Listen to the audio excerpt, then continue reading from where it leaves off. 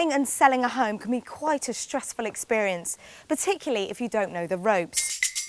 For example, what is gazundering, and why do you need a solicitor? And what exactly are you paying an estate agent to do?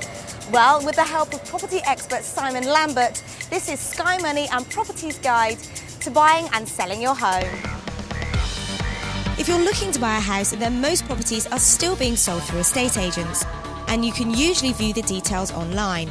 And if you're selling, unless you plan to do it yourself, you'll need to find an agent to advertise your home.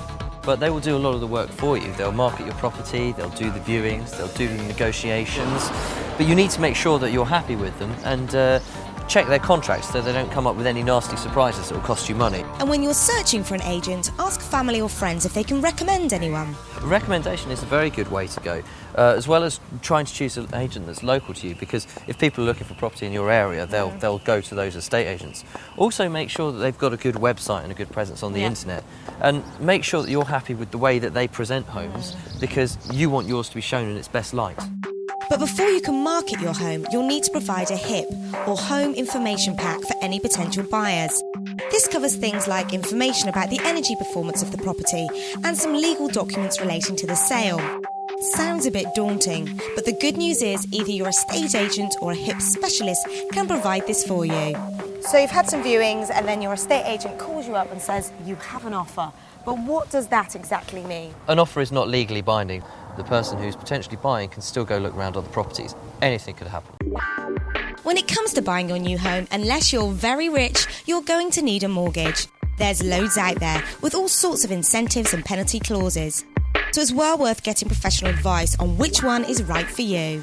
Once you've found the mortgage that you want to take out, you're going to need to make an application to the bank or building society, and they'll give you something that's called a mortgage agreement in principle.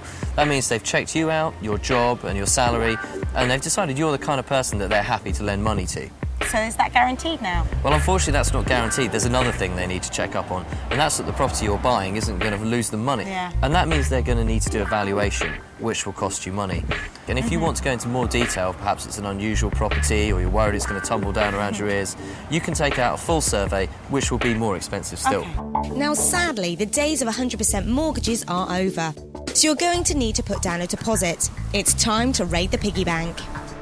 Buying a home is probably the most expensive purchase you'll ever make.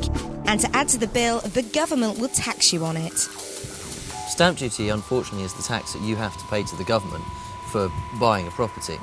It's not very popular, and the way it works is you pay a certain amount over set thresholds. So if you buy a property that goes over £250,000, your bill will suddenly jump from £2,500 to more than £7,500. Wow.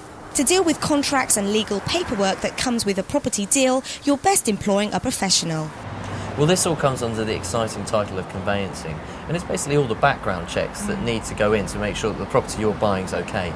They'll check things like the local authority searches, which ensures that the water supply and everything's okay, you're not going to get a supermarket built at the bottom of your garden, and just generally dot the I's and cross the T's. At this point, you might be thinking you're on the home straight, but the buyer still has one card up their sleeve they might now choose to play.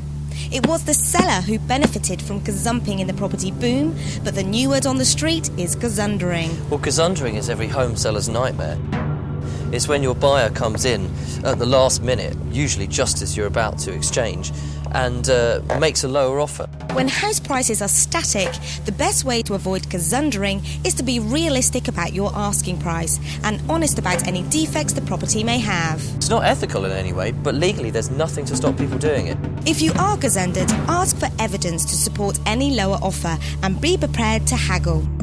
And once you've struck a deal, the final pieces of the legal jigsaw will fall into place. The first thing that happens is you'll have something called exchange of contracts, where you sign on the dotted line and you put down a deposit. You're now legally committed to buying the property. If you pull out, you'll lose your deposit and the seller will get it. If the seller pulls out, they'll have to give you compensation. Right. And what timescale are you looking at before you complete? Generally, it's around 2 weeks, and then all of the money will go through between the parties and the mortgage lenders, and most importantly, you'll get the keys and you can move into your new home. Brilliant. Thanks for watching, and see you next time on Sky Money and Property.